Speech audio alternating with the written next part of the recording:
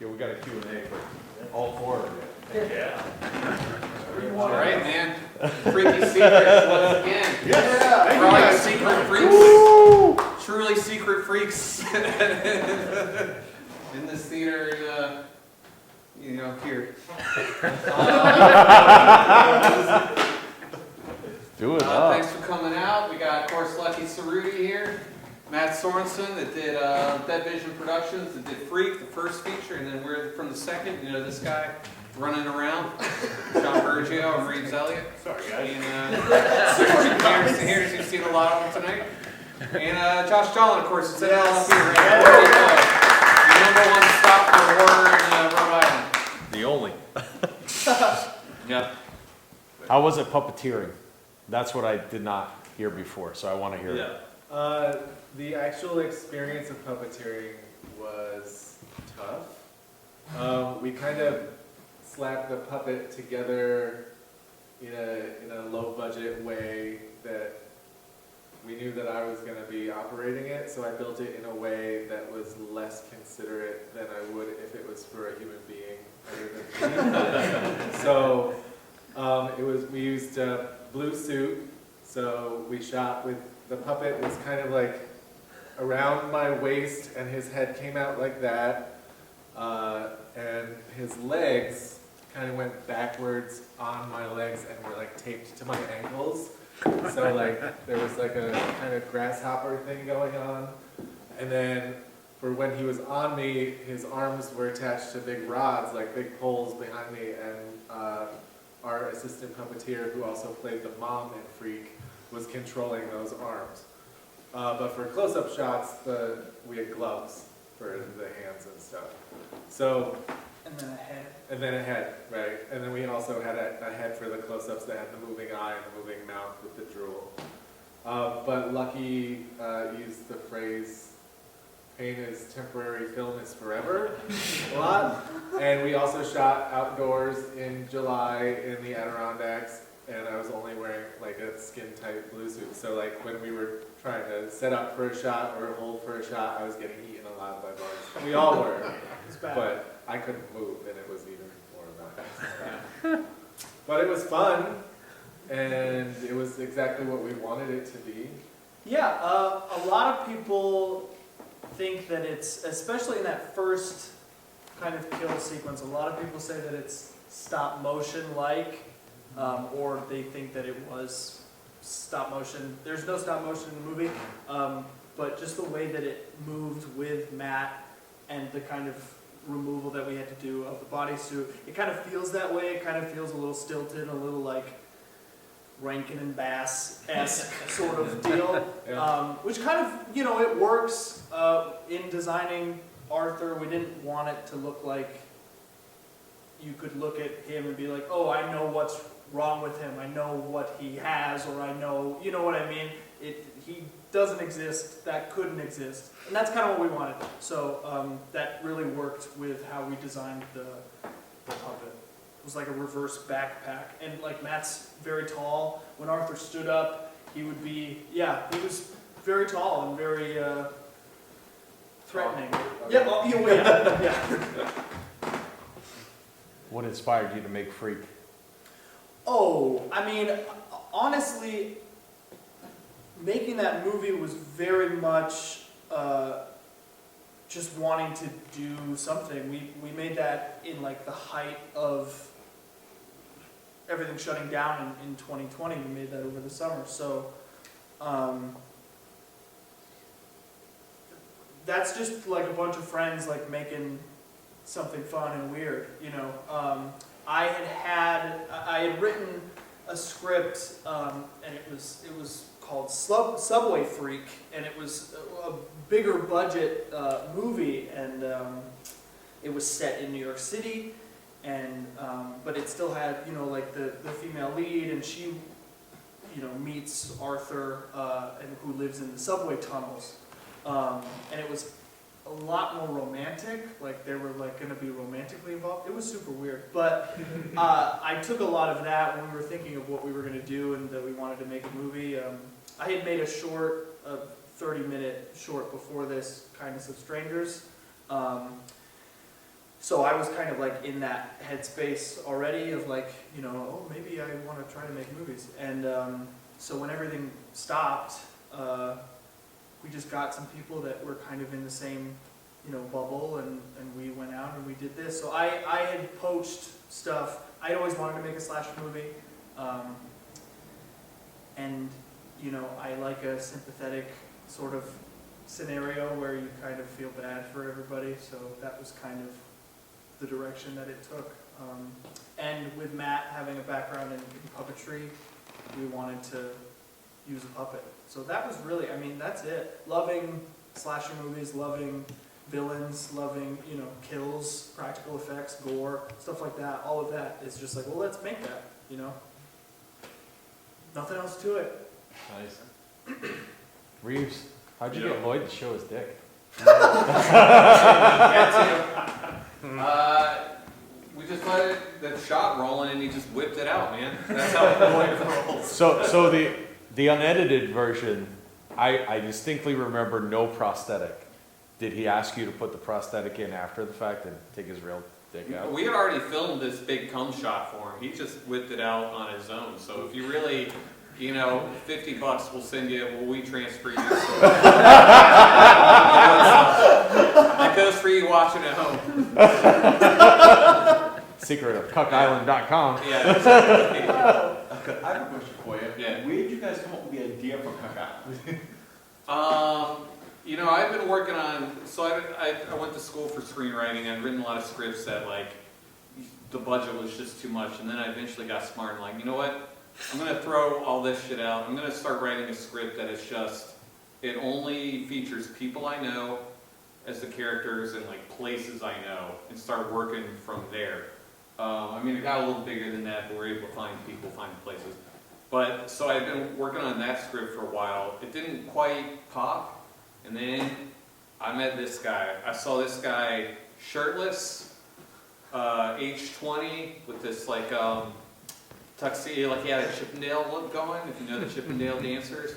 He had a little bow tie on. And he was holding, this was on the set of hashtag Shakespeare's Shitstorm, which is Blake Kaufman's last big movie. That Troma did. He was holding a raccoon that had like big tits. Oh, it was a beaver. It was a beaver with a vagina on its face because it was the beaver. Or maybe it was the raccoon. Beaver. He had was the raccoon. It was the raccoon. It was yeah, raccoon. It was Racky Raccoon.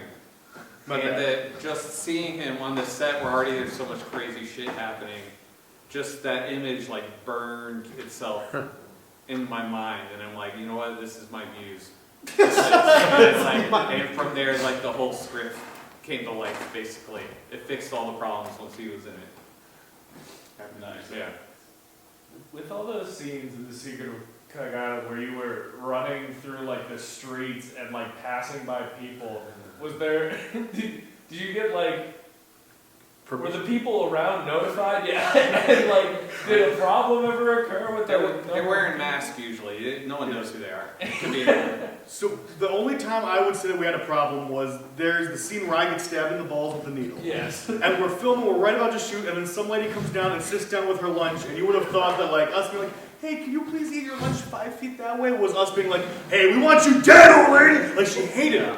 And then right after that, a crackhead came by, and he sat down in the same spot, and we were like, hey, can we have you sit over here? And he totally did. He sat there all day.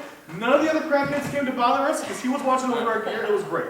No, it was a full-on junkie was shooting up in the background and like nodding off on his feet like this in the background. And as soon as I walk up to him, because like that's the one bad thing about being the director, you got to deal with that shit. So I walk up to him like fuck, and as soon as I like get near him, he just suddenly like, oh hey man, you need me to move? That's cool. Yeah, so yeah, he was the showman, dude. And he moved behind camera and he nodded the fuck off behind us. You did great. Yeah, we left them. That was the scene with the syringe, and so we had a bunch of extra empty syringes. So we just like, when he was past that later, we just kind of like left some syringes. And when I really saw him, just like his junkie sense kicked in. He's sitting on this bench, and he's just like looking around, making sure like it's not a It's not a trick or setup. something.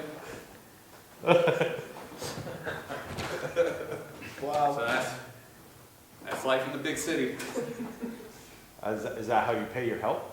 What? Yes, 3 needles.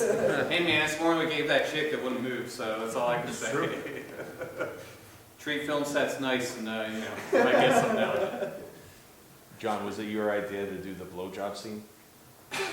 No, so we were at a screening. I wish I could tell you the name of the movie, or it was like a friend of a friend was like, hey, come on, it's a rooftop screening. And there was a similar scene where somebody was trying to suck their own penis, and me and Reeves both like, at the same time, because we realized like, we need it. It needs to be in the movie. They came up with a better idea. So it was not my original idea, to be brutally honest. Yeah. I did make Reeves put it in the script. We didn't have a choice, man. We can't just, yes, we ripped them off, but we can't let this other film on some random rooftop outdo us. That's what it came down to. They did a really good job. Yeah. So you got a cameo from two big directors in there, Ben Johnson, Yeah? yeah, and the Whiplash maniac himself, Dwayne Steeler. How'd you get them to show their balls? They were all too proud. No, all the prosthetic testicles in the movie. This man, of course, the only man with the balls to show his balls, for real. But all the prosthetic testicles were made by the husband and wife team of Ben and Jen Johnson down in Tennessee. And Ben is the director of Curse of the Were-Deer, which is a big movie.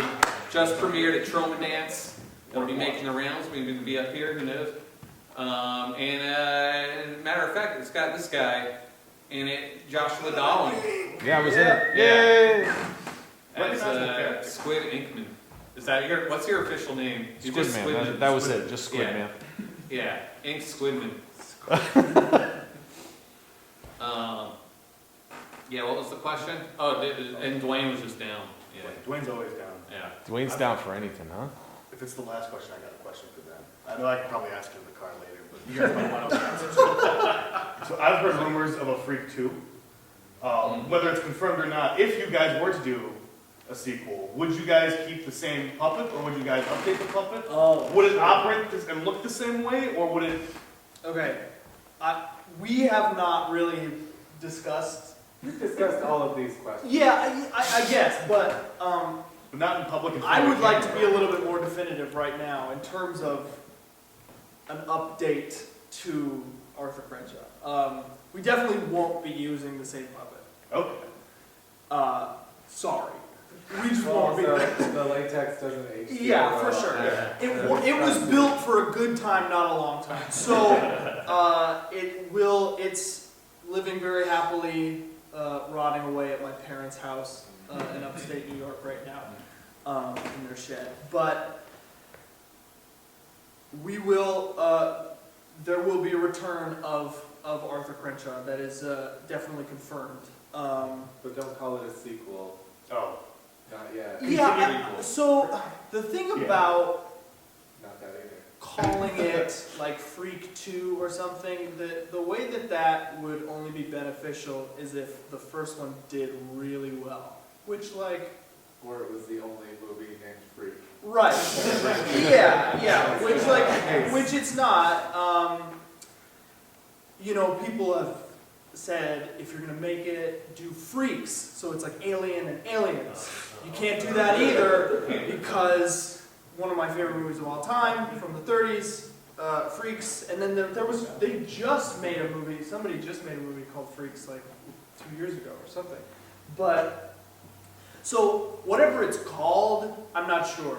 And also, it's very important to me that you don't have to have seen Freak because hopefully, my hope is that more people will see the bigger and better, newer one than have seen Freak. More people have seen, for the record, more people have seen Freak than I thought would ever care to, which is amazing. But I'm hoping that even more people will want to see this new one. So, What would you all call it? oh, sure, we can do that. Yeah. But it gets into the Crenshaw family line a little more. So I I don't want to put anybody on the spot, but you can text or DM Dead Vision Productions. And let me know if you have an idea. But so yes, that is happening. We're pretty excited about it. The plan is next summer we'll start to shoot. So that'll be cool. But yeah, we're definitely upping everything in terms of production value and everything like that. So I'm very excited. We didn't have a budget for Freak other than my credit card, which we made back at the end after we were selling. Hell yeah. So like we broke even. Feels like that's the first time I've ever heard that. But the frequel, as sometimes I like to call it, Yeah. it's going to be more funded. We're going to have more equipment, a better puppet, more kind of professional staff on tap, and all sorts of things like that. It's hard. This was actually, so I don't know who knows this, but this was a tour that the three of us did. This show, minus a few different trailers, we toured a little bit. We had a week long of shows that we would do, the Freaky Secrets tour. Tonight, this was months ago. Tonight was the first time that I semi-watched Freak, sat with everybody. I would fuck off somewhere and I wouldn't watch it because it's really tough for me to watch that movie. I'm proud of it. I made it a long time ago, and I've made another movie since. We've made another movie since then. Available to purchase up there. Booth outside. Oh, Just saying. yes. I'm very, very excited at the prospect to kind of do some other things a little bit better the second time around with Arthur. Arthur is somebody that means a great deal to me. So that is like the thing that I didn't really have an interest in making a sequel, to be totally honest. I like the idea of kind of expanding and stuff, but the reason that I would do it more than anything else is now I feel, the progression is there a little bit more than it maybe was, which is like kind of what you want. So that in and of itself is a reason enough for me to be like, okay, we can go back to the camp and we can have a little bit more fun. Same goes for the puppetry as well. Like that was my first puppet. That was my first film ever. Yeah. But just through the process of doing the shoot and kind of knowing what was actually needed, as opposed to like we have a big theater background, which is like you see all of it all the time and it's always alive. Whereas this, it's like there are certain things we can build a lot better to work specifically well for what they're needed for, especially if we have a budget. For sure. For sure. So yeah, very exciting. I'm super excited about that. But yes. You had a lot of natural lighting, and like it was pretty dark. Are you going to keep the same visual look? Again, it's so funny because like if you watch, it was just a Dead Vision production, our production company. It was just 5 years ago, like the other day, since that started. And if you were to go back to the very first thing that we ever did, to the most recent thing, which is a movie called Uncle Sleezo's Toxic and Terrifying TV Hour. It's a horror anthology,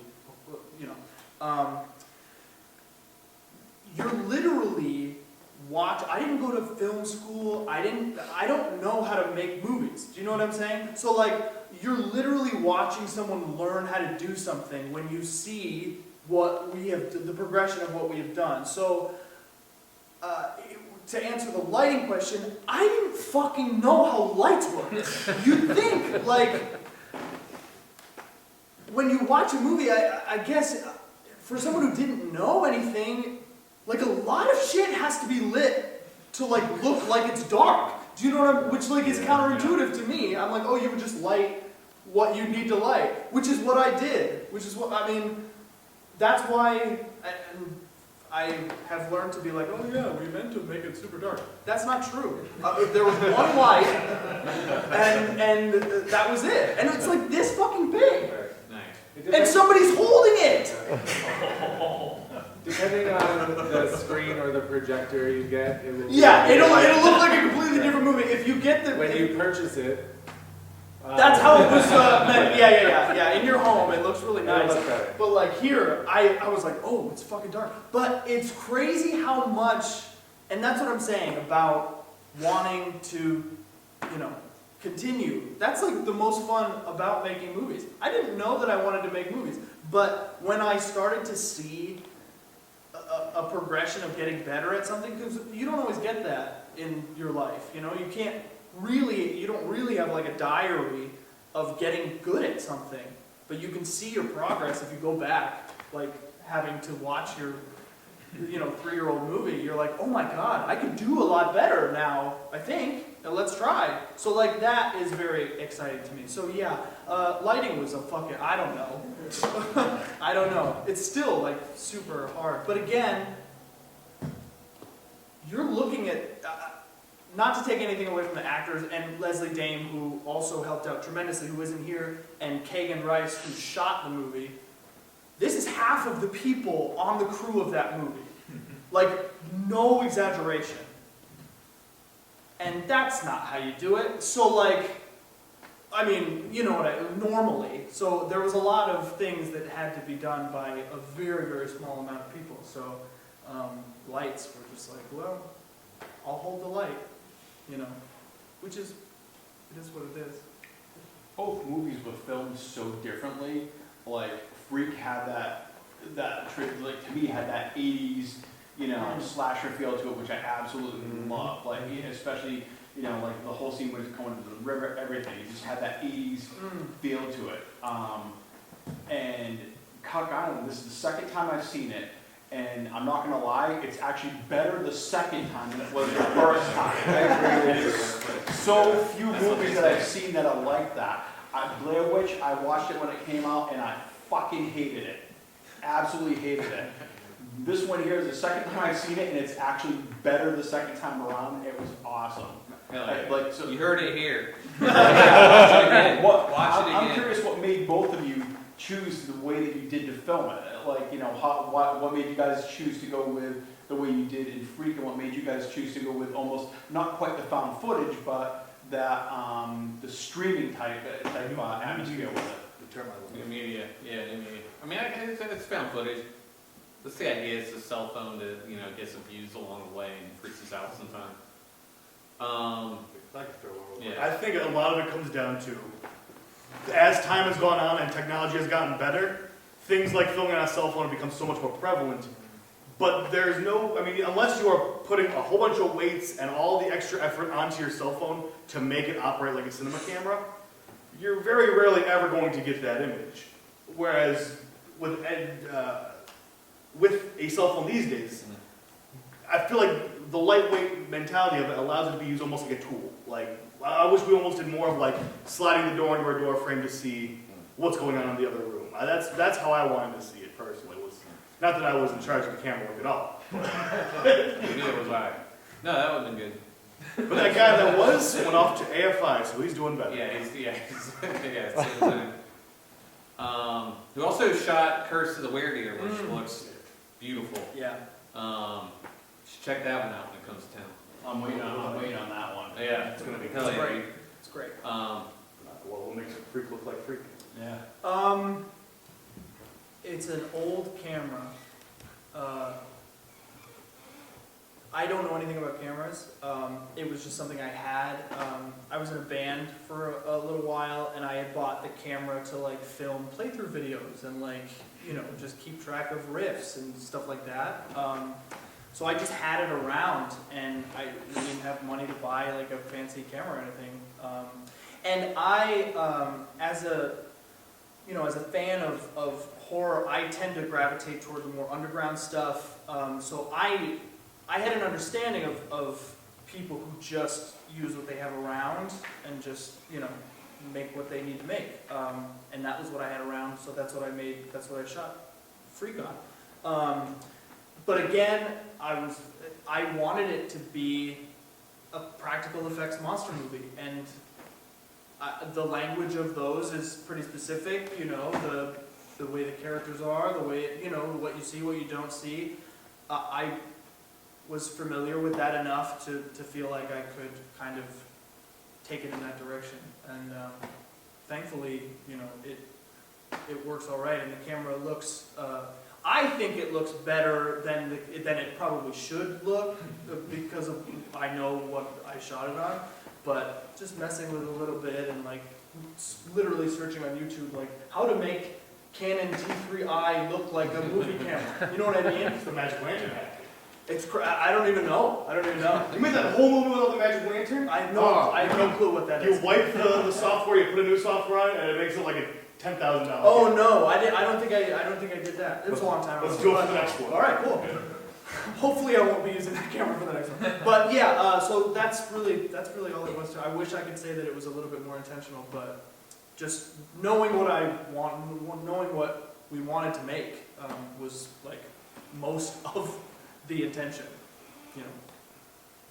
Nice. Well, You perfect. guys are real troopers hanging out. Yeah.